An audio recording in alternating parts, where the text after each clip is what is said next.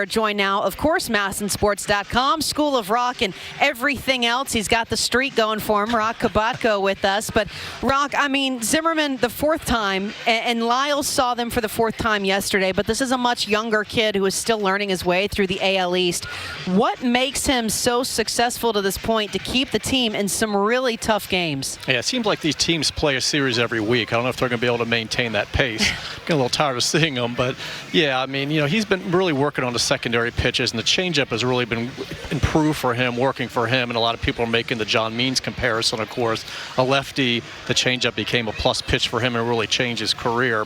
And he's very calm, composed on the mound. He's a very smart kid, you know, so he's always prepared when he comes to the mound, and certainly he does know the Yankees, but also they know him. I mean, this is his sixth career appearance coming up, fifth start, and the fourth one this season. And you look at Jordan Montgomery making 16 now career starts against the Orioles. And Zimmermann to have success tonight, maybe he could figure out Aaron Judge, since nobody else seems to be able to.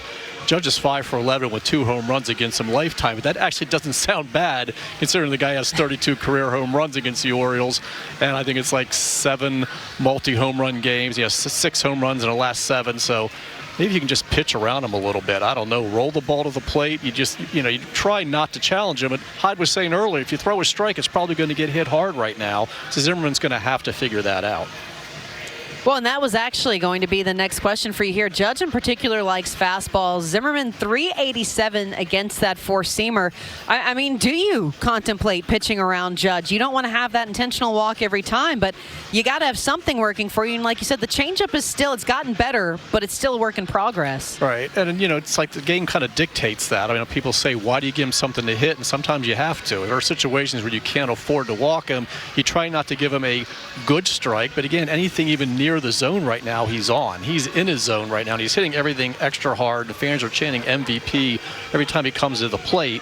So, yeah, you try and work around, just like Randy Arozarena. I mean, the way he seems to own the Orioles, but the difference is Judge is doing this against everybody. Sometimes you get guys who are just really good against the Orioles and nobody else. That's not the case here. He's not just picking on them, but somehow you've got to try to, if you are able to, if the game dictates that, to work around them. But there may be situations, especially when the Yankees have their full lineup, and they don't right now, but when they do, where you really can't pitch around them. Well, calling the game tonight will be Adley Rutschman's first time up in New York. And, I mean, we saw him designated hit last night. That was back-to-back appearances for him in that capacity.